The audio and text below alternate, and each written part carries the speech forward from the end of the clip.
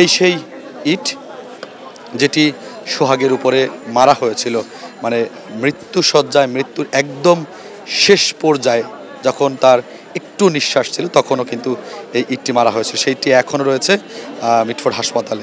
মারার পর তো মরেই গেছে, তারপর এই লোকটারে আবার হেডার উপরে খাড়ায় নাচাটা, এটা কোন জাহিলিয়াতের দেশ আর কোন দুনিয়ায় বসবাস করি আমরা? একজন মানুষকে আমরা শাস্তি দিতে পারি, তাকে আইনের লোকের হাতে দিতে পারি, আইনের সাথেই করতে পারি, কিন্তু এই জন্য এটা পারি না আমরা নিজের হাতে আইন তুলে নেওয়ার জন্য। আমরা সবাই মানুষ, আমরা যেমন একটা মায়ের সন্তান, সেও কোনো না কোনো মায়ের সন্তান। ভাই আমি চাই সুস্থ সুন্দর বিচার হোক, এদের বিচার দেখা জানি আর 5 জন এই অন্যায়টা না করতে পারে।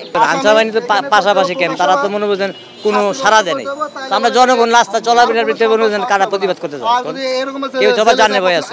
এরকম সন্ত্রাসীদের জন্য প্রকাশ্যে শাস্তির ব্যবস্থা করা উচিত। এইভাবে আদালত আইন যে 40 বছর 10 বছর খাটাইব, দ্রুত বিচার করে এদেরকে যদি ফাঁসিতে আইন প্রয়োগ করতো তাহলে কিন্তু এই ধরনের জালিয়াতি, এই ধরনের জালিমগিরি করতো না মানুষ।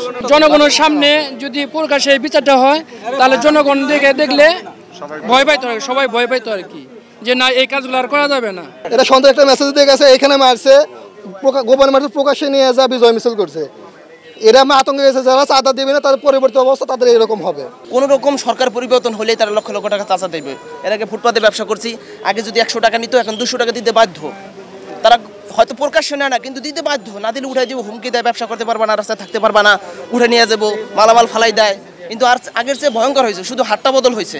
আমাদের আইন আরো কড়াকড়ি হোক, আমাদের আইন কড়াকড়ি হোক, ন্যায্য বিচার হোক। এখানে মারা দেখে কিন্তু ওইখানে ছিল না, ওই লাশটা নিয়ে গেল তো মর্গে, ওইখানে ছিলাম, ওখানে ঘুরে এসে দেখি লাশ মর্গে নিয়ে গেছে। পরে কিছুক্ষণ পরে সেনাবাহিনী এসে 3 গাড়ি আর 2 গাড়ি পুলিশ আসছে, তারপরে 6টা আসামি ধরছে, তারপরে পাথর দিয়ে, তারপরে আপনার লাফ দিয়ে পুরো উঠা লাফাইছে।